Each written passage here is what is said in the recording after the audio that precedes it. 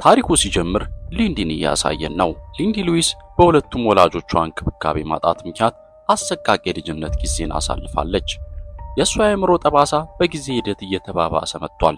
እናም አሁን ኢንተርሚተንት ኤክስፕሎሲቭ ዲስኦርደር ወይም ቁጣን ያለመቆጣጠር ችግር ሰለባ ሆናለች። ቁጣን በአንድ ሰው ላይ ለመግለጽ ትንሽ መነሻ ብቻ ነው የሚያስፈልጋት።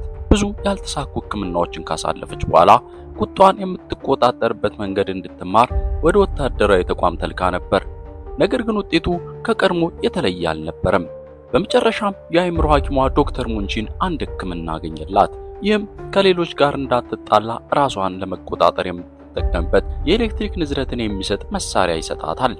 አንድ ቀንም እንደ ማንኛውም ተራ ሰው ለመሆን በማሰብ ጀስቲን ከተባለ ሰው ጋር ለቀጠሮ ትወጣለች። ምንም እንኳን በመጨረሻው ሰዓት ቀጠሮን ለመሰረዝ ብትሞክርም እሱን አብሮ ለመውጣት ጥሩ ሰው መስሎ ስለታያት ለመቆየት ትወስናለች። ወሬ እንደጀመሩም አንዲት አስተናጋጅ ትዕዛዝ ለመቀበል ትመጣለች። ነገር ግን አስተናጋጇ ጀስቲን የሚፈልጋቸውን ምግቦች በሙሉ ውድቅ ስታደርግ ሊንዲ በከፍተኛ ሁኔታ ትቆጣለች። አስተናጋጇንም በቢላዋ ከመውጋት በስንት ትግል ራሷን ትቆጣጠራለች። ከጥቂት ደቂቃዎች በኋላ መጸዳጃ ቤት ውስጥ እያለች አስተናጋጇ በጀስቲን ላይ ስትሳለቅ ትሰማለች። ሊንዲም የኤሌክትሪክ መቆጣጠሪያዋን መሳሪያ ለመጠቀም ትሞክራለች። ነገር ግን ውጤታማ ሳይሆን ይቀራል።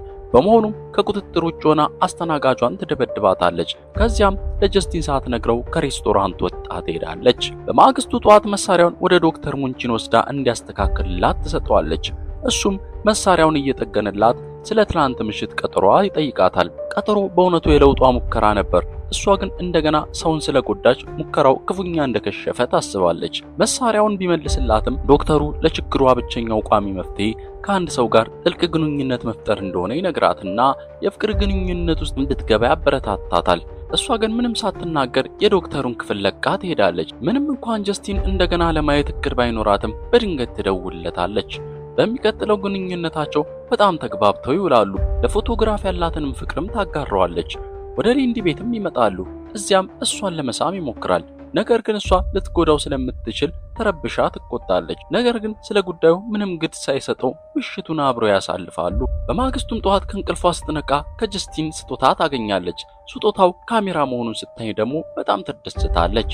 ስለ ስጦታው ካመሰገነችው በኋላ እሱ ስለ ሕክምና መሳሪያዋ ይጠይቃታል እና እሷም ስለ ችግሯ ሳትወድ በግድ ትነግረዋለች። ከዚያም ረዘም ላለ ጊዜ እንዲቆይ ትጠይቋለች።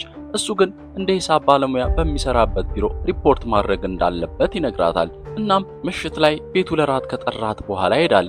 ሊንዲም ከሰው ጋር በመቀራረቧ በዚህ ባልተጠበቀ ልምዷ እጅግ ትደሰታለች። እናም ደስታዋን ለማካፈል ዶክተር ሙንቺንን በደስታ ታገኘዋለች። ትላንት ምሽት መሳሪያዋን በፍጹም ስላልተጠቀመች ይህ ግንኙነት ውጤታማ ከሆነ ዳግመኛ መሳሪያው ላይ ያስፈልጋት እንደሚችልም ትነግረዋለች።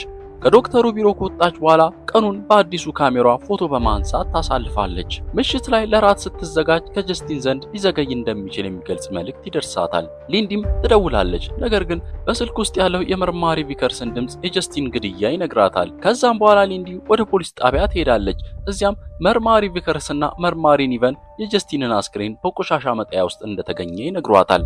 ከነሱ ጋርም ስታወራ ለጉዳዩ ብዙ ፍላጎት እንደሌላቸው ይሰማታል።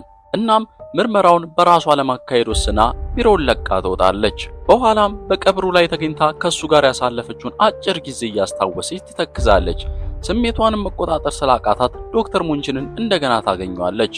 እሱም እንድትረጋጋ የሚያደርግ መድኃኒት ይሰጣታል። እንደገናም ከእንቅልፏ ስትነቃ ስለ ጀስቲን ከነገረችው በኋላ የሱ ብቸኛ ደንበኛ ባሪ በግድያው ውስጥ ሊሳተፍ እንደሚችል ትጠረጥራለች። ዶክተሩም ሐሳቧን ለማስቀየር ይሞክራል። ይህንንም ፖሊስ ስራው እንዲሰራ እንድትተው ይጠይቃታል። እሷ ግን ነገሮችን በእጇ ለመያዝ ትወስናለች። ዶክተር ሙንቺንም በአንድ ሰው ልትገደል ትችላለች ብሎ ቢከለክላትም ሊንዲ በእቅዷ ለመቀጠል ትወስናለች። ከዛ በኋላ ሊንዲ ለቪከርስ በመደወል ወደ ቤቷ እንዲመጣ ትነግረዋለች። ቪከርስም ወደ ቤቷ ለመሄድ ከቢሮ እንደወጣ ወደ ቪከርስ ቢሮ ተደብቃ በመግባት የጀስቲንን ዕቃዎች ከማስረጃ ክፍል ትሰርቃለች። ከኪስ ቦርሳ ውስጥ አድራሻውን ታገኛለች እና ፍንጭ ለማግኘት ወደ አፓርታማው ትሄዳለች። እሷም አካባቢውን ስትመለከት ቪከርስ ይደውልላትና ያለ ፍቃዱ ወደ ቢሮዋ ተደብቃ በመግባቷ ይጮህባታል። ኒቨንስም ወደ እሷ ልታስራት እየመጣች እንደሆነ ያሳውቃታል። ንግግሩንም ከሰማች በኋላ ሊንዲ በፍጥነት አፓርተማውን ትለቃለች። ነገር ግን በሩ ላይ እንደደረሰች ኒቨንስ ትመጣባታለች። ሊንዲ ግን ጥቃት ሰንዝራባት ትሸሻለች። ከመኪና ማቆሚያ ውስጥም የጀስቲንን ማክላራ መኪና ሰርቃ ከህንጻው ትወጣለች። ኒቨንስና ቪከርስም እሷን ማሳደድ ይጀምራሉ። ነገር ግን አደጋ ይደርስባቸዋል። ሊንዲ ደግሞ ከአካባቢው በተሳካ ሁኔታ ታመልጣለች። በማግስቱ ጠዋት የሞባይል መሸጫ ሱቅ በመሄድ ስራ አስኪያጁን ከሀከር ጋር እንዲያገናኛት ትጠይቋለች። እሱም ወደ አንዲ ወደምትባል ሀከር ይወስዳታል። ሊንዲም የጀስቲንን ስልክ ሀክ እንድታረገው ትጠይቃታለች። ምርመራ እያደረገች ሳለም አንዲ ከስልኩ ላይ ሁሉንም ነገር ስለጠፋና ከእጽ ጋር የተገናኘ ማስረጃ ብቻ ስለተገኘ ጓደኛሽ የእጽ አከፋፋይ ነበሩ ብላ ትጠይቃታለች። ሊንዲ ግን የሂሳብ ባለሙያ ብቻ እንደነበር ትነግራታለች።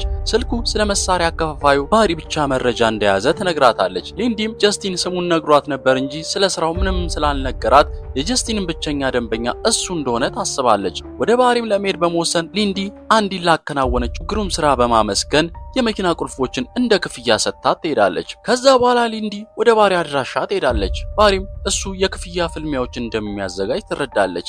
ስለ ጀስቲን ግድያ በቀጥታ ተጠይቋለች። እሱ ግን ምንም መረጃ አልሰጥ ይላታል። ከዛ ግን የእሷን ቁርጠኝነት አይቶ ባሪ ለመረጃው ምትክ ከ3 ምርጥ ሰዎች ጋር እንድትፋለም ይደራደራታል። እሷም ትስማማለች። ሊንዲም ሁሉንም ካሸነፈች በኋላ በስምምነታቸው መሰረት ባሪ ቦታውን ለማሳየት በሚል በመኪና ውስጥ አስገብቷት ይዟት ይሄዳል።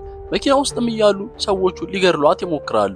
በዚህም ባሪ ቀደም ሲል እንዳታለላት ትረዳለች። ነገር ግን ሊንዲ መልሳ በመኪና ውስጥ በመፋለምና ለመረጃው ባሪን ታሰቃየዋለች። ባሪም አለቃው ፋይሰል ጀስቲን እንደገደለው ይነግራታል። ነገር ግን እሱ ተደማጭነት ያለው ሰው በመሆኑ መንግስት እንኳን እሱን ለማሳደድ ስለሚፈራ ታገኘው እንደማትችል ይነግራታል። ይህ በእንዲህ እንዳለ መርማሪ ኒቨንስ በሆስፒታል ቪከርስን ትጎበኘዋለች። ስለ ሊንዲም የቁጣ ችግርና የጥቃት ታሪኮቿን ትነግረዋለች። ከዛ በኋላ እሷ ከክፍሉ እንደወጣች ሊንዲ ትመጣለች እና ቀደም ብሎ ስላስጠነቀቃት ታመሰግነዋለች። ጨምሮ ገዳዩ ፋይሰልን እንዳገኘችውና ፋይሰልን እንዲያስረው ትጠይቋለች። እሱ ግን ያለ ማስረጃ ምንም ማድረግ እንደማይችሉ ይነግራታል። ሊንዲም ጀስቲን ማለት በቅርብ ጊዜ ያገኘችው ብቸኛው ጥሩ ሰው እንደሆነ ትነግረዋለች። በእሷ ስሜትም ተነክቶ መርማሪው ቪከርስ የፋይሰልን አድራሻ ይሰጣታል። ነገር ግን እዚያ ብቻዋን እንዳትሄድ ያስጠነቅቃታል። እየተወያዩ እያለም ኒቨንስ መታ ልታስራት ትሞክራለች። ሊንዲ ግን ኒቨንስን መታት ታመልጣለች። ከዛ በኋላ ሊንዲ ከፋይሰል ቢሮ ህንጻ ትደርሳለች። ነገር ግን የደህንነት ኃላፊው ዴላኳ ወደ ቢሮ ሊወስዳት ተስማምቶ ሊፍት ውስጥ እያለች ይመታታል። ከዛም ከህንጻው ከማውጣቱ በፊት የንዴት ስሜት መቆጣጠሪያዋን ይነጥቃታል። መኪና ውስጥም እያለች የንዴት ስሜት መቆጣጠሪያዋ ያስፈልጋታል። ነገር ግን በእጇ ላይ ባለመኖሩ ስሜቷን መቆጣጠር ያቅታታል። ከዛም ሹፌሩን እንዲያቆም ትጠይቋለች። እምቢ ሲላት ግን ጥቃት ትሰነዝርበታለች። በተፈጠረው ትግልም አደጋ ይደርሳል። እሷ ግን ከአደጋው ተርፋ ከመኪናው ወጥታ ትሄዳለች።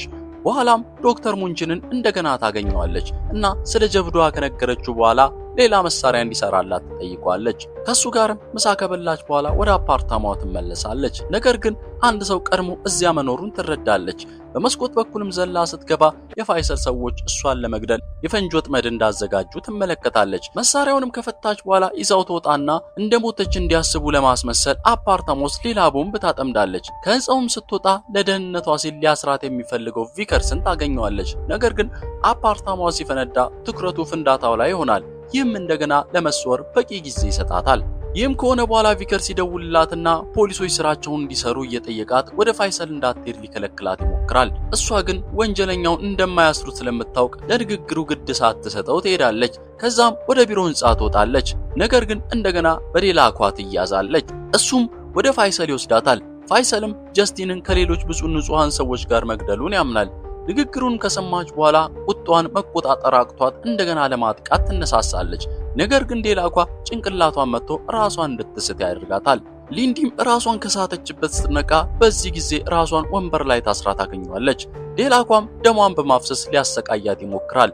ነገር ግን ሊንዲ ራሷን ነፃ ካወጣች በኋላ የፋይሰልን ሚስጥራዊ ቢሮ ቦታ ለማግኘት በራሱ መሳሪያ ታጠቀዋለች። በመንገዷ ላይም የደህንነት ጥበቃዎችን ደብድባ ቢሮ ትደርሳለች።